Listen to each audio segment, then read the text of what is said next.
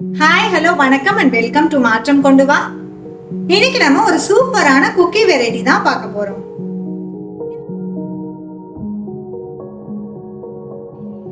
இப்போ நம்ம rose milk butter cookies எப்படி பண்றது அப்படின்னு பார்க்கலாம். அதுக்கு தேவையான பொருட்கள்: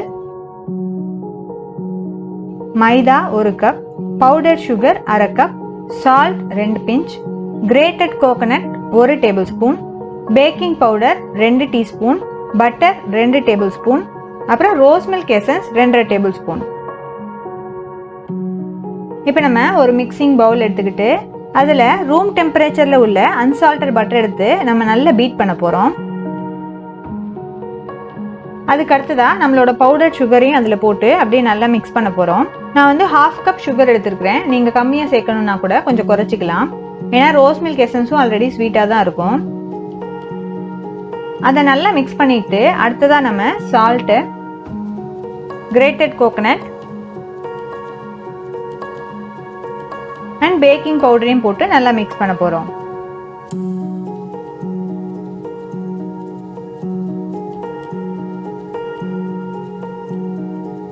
இப்போ நம்ம ரோஸ் மில்க் எசன்ஸையும் இது கூட சேர்த்து மிக்ஸ் பண்ண போகிறோம். நீங்கள் நல்லா மிக்ஸ் பண்ணி பார்த்துட்டு கொஞ்சம் வாட்டர் தேவைப்பட்டால் கூட ஆட் பண்ணி மிக்ஸ் பண்ணிக்கோங்க.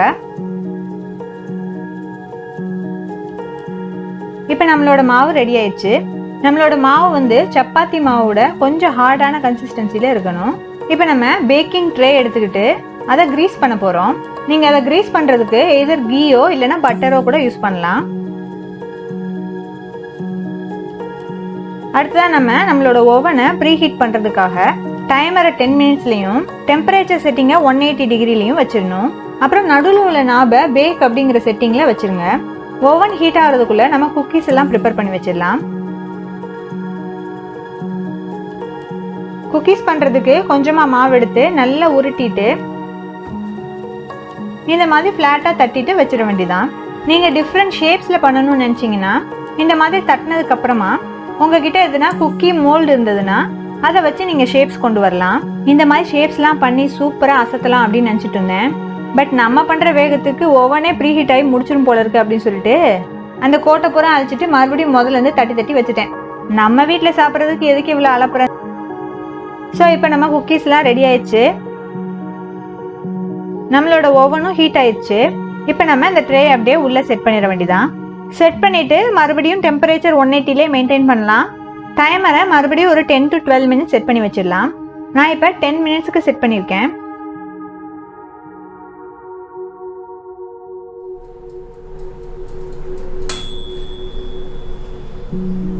இப்போ நம்மளோட குக்கீஸ் ரெடி ஆயாச்சு. நம்ம ஓவனை ஓப்பன் பண்ணி வெளியில் எடுத்து பார்ப்போம். இந்த ட்ரேல ஆக்சுவலாக 4 இந்த லைனில் வச்சுருந்தா இன்னும் கொஞ்சம் அந்த ஷேப் மெயின்டைன் ஆயிருக்கும். நான் 5 குக்கீஸ் ஒரு லைனில் வச்சதுனால அது கொஞ்சம் ஷேப்லெஸ்ஸாக வந்துருச்சு. அப்படியே இது ஒரு 1/2 hour நல்லா கூல் ஆனதுக்கு அப்புறமா இப்போ நம்ம இது எல்லாத்தையும் ஒரு ட்ரேல டிரான்ஸ்ஃபர் பண்ணிட்டு அது எப்படி வந்திருக்குன்னு பார்க்கலாம். இங்க பாருங்க நம்மளோட குக்கீஸ் எவ்வளவு சூப்பரா வந்திருக்குன்னு. அந்த ரோஸ் மில்க் எசன்ஸோட கோகனட்டும் போட்டதுனால ரொம்பவே ஃப்ளேவர் சூப்பரா இருந்தது. நீங்களும் இந்த வீட்டில் ட்ரை பண்ணி பாருங்க. ட்ரை பண்ணி பார்த்துட்டு எப்படி வந்ததுன்னு எனக்கு கமெண்ட்ஸ்ல சொல்லுங்க. இந்த வீடியோ உங்களுக்கு ரொம்ப பிடிச்சிருக்கும்னு நான் நினைக்கிறேன். இந்த வீடியோ உங்களுக்கு பிடிச்சிருந்தா லைக் பண்ணி, ஷேர் பண்ணி, கமெண்ட் பண்ணிருங்க.